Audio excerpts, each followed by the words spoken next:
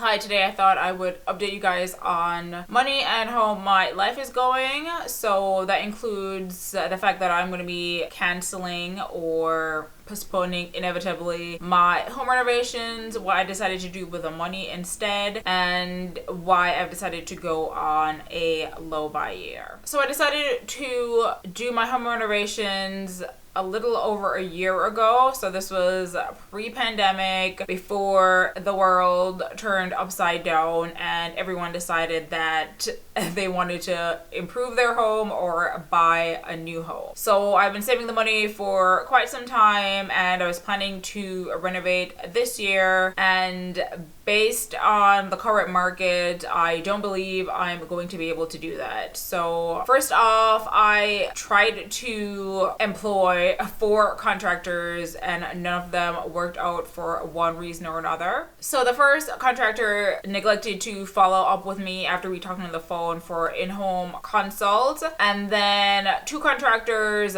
decided to set a time for the consult, but then at the last minute backed out for one reason or another. And then the last contractor, we did set up a time and we did meet up via remote, so Zoom, and they quoted me $100,000 for my home renovation, which is, in my opinion, entirely too high based on the value of my home and what I wanted to get done, and what I heard from a lot of my friends and co-workers who had recommended contractors to me about the going rate for services. So we settled on half of that amount, so $50K, and they were supposed to come back to me with a scope of work, and they never did. So lots of these people didn't follow up with me, and I decided not to pursue them as I would normally, because I feel as though in terms of contractors, if you say you're going to do something, then I expect you to do it. I mean, essentially you're running a business and I'm assuming you want business. So if you're hungry for the money, then I'm assuming you would show up and do the work. And if you don't show up, then I have a feeling that's how you're going to continue to progress in the relationship. So I didn't think it to be worthwhile to follow up with them based on that reason. So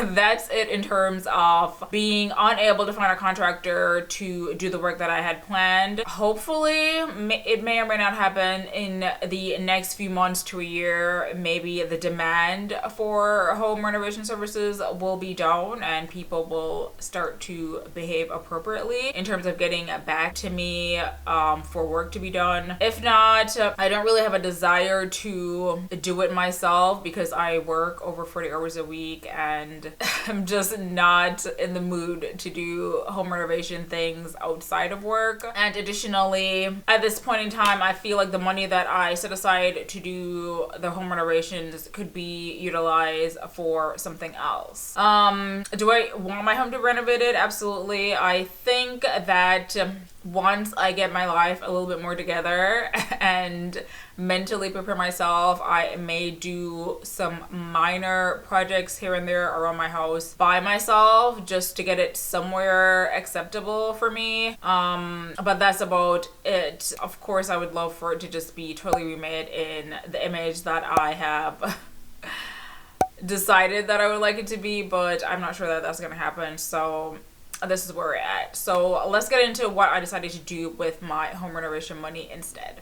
So the first thing that I decided to do with the money was to fully fund my Roth IRA for 2022. I have already funded my Roth IRA for this year. I did it at the beginning of the year, and since I usually monthly contribute to my Roth IRA every month, instead of doing that, I decided to just fully fund it. So $6,000 put aside, and then the money that I would usually put aside every month, I'm reallocating it to something else to be determined. So that worked out to be around $230 a month. So that's just extra money that I have now to use for other things as they come up. So initially I had $1,777.71 in my Roth IRA savings account put aside for next year, and I transferred $4,822.29, leaving me with a total of $6,000. After funding my Roth IRA, I decided that I needed to reallocate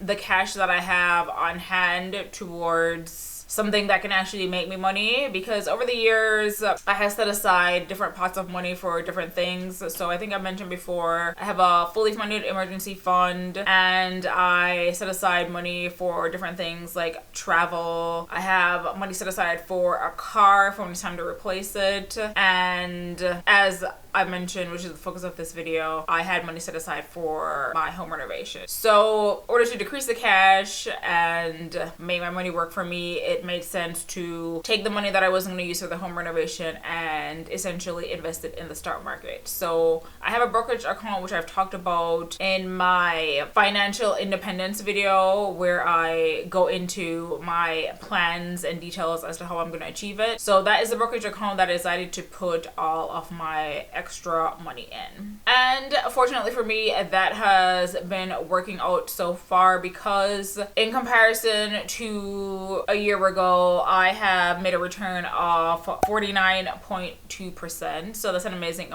return. But of course, we're talking about April of last year, in which the stock market crashed 30%. So 49.2% looks really good for that reason, but it's still a higher return than I would ever make from my bank account, which is right now returning 0.5% APY. So when I was doing this, I made a couple of transactions, because it's obviously kind of jarring or nerve-wracking to take cash that you've saved for so long and just throw it into something that's so volatile as the stock market, but it has to be done, and that's like a proven way to make money and accomplish the financial goals that I have in mind. So I made 2 transactions totaling $17,262.20, and that went into the brokerage account. Like I said before, my brokerage account is set up with 10 exchange traded funds, and when I go over my follow-up video to my financial independence journey, I will talk more about what exactly I invest the money in. And then finally, we're going to be getting into why I decided to go on a low buy year. So every once in a while, I come to a financial realization that is in my benefit. So this one, which I have realized in the past before, but certain things take me off the path. But essentially, I realized that based upon the amount of money that I make every year, I could be saving even more than I do now. And yes, I do save a good amount of money. I save over 50% of my income, but the more you save, the more you have for the future, right? So after realizing that and noting exactly the point in time when I decided, or when I fell off the wagon and decided to spend more than I had been spending in previous years, and that was in the pandemic, of course. I think I just had more time on my hands like everyone else, and that led me to some introspection about things that I wanted for the future. So of course, one of them was that I wanted to renovate my home in an aesthetically pleasing way, or a way that was functional and that I would enjoy spending time in. So I started to buy homeware in preparation for that, and you can see that from a few of my budget recaps, what I did end up spending the money on. And then additionally, I decided to update my wardrobe, because prior to that, I had went on a no-buy year, and one of the things that I decided not to buy was clothing. So for the past year or so, I hadn't bought any new clothes, and I wanted updated wardrobe to reflect kind of the style that I have now. So I ended up spending quite a bit of money on clothes, which I don't entirely regret because lots of the things that I have purchased, like, I thoroughly enjoy and will continue wearing for the foreseeable future. But there becomes a point in time when you will eventually have enough clothes, and I am starting to get to that point. So between clothing and homeware and other extraneous purchases, I decided I was spending a little bit too much money on those things, and this is where the no buy comes in. So I have done both a no buy and a low buy in the past. So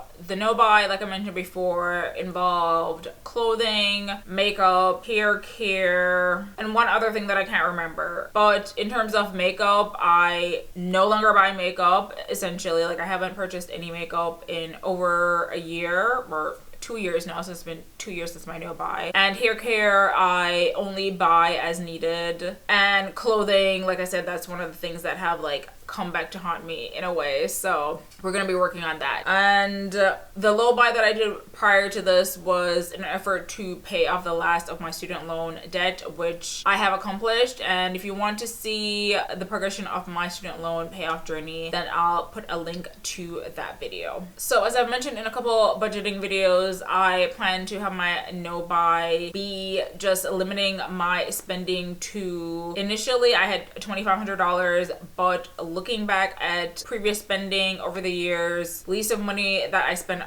amount of money that I spent on average has been around $3,000. So I'm hoping to stick to a $3,000 budget for all my expenses, including the things that I need month to month, as well as things that I choose to buy. So that is the plan for the next year or so. If you're interested to see how that pans out, then stay tuned for my budget recap videos. And if you're planning anything similar, let me know as well. And let me know if you've also made any major money moves recently based on the way the world is operating now versus how it was operating last year. I'll see you in the next video. Bye bye.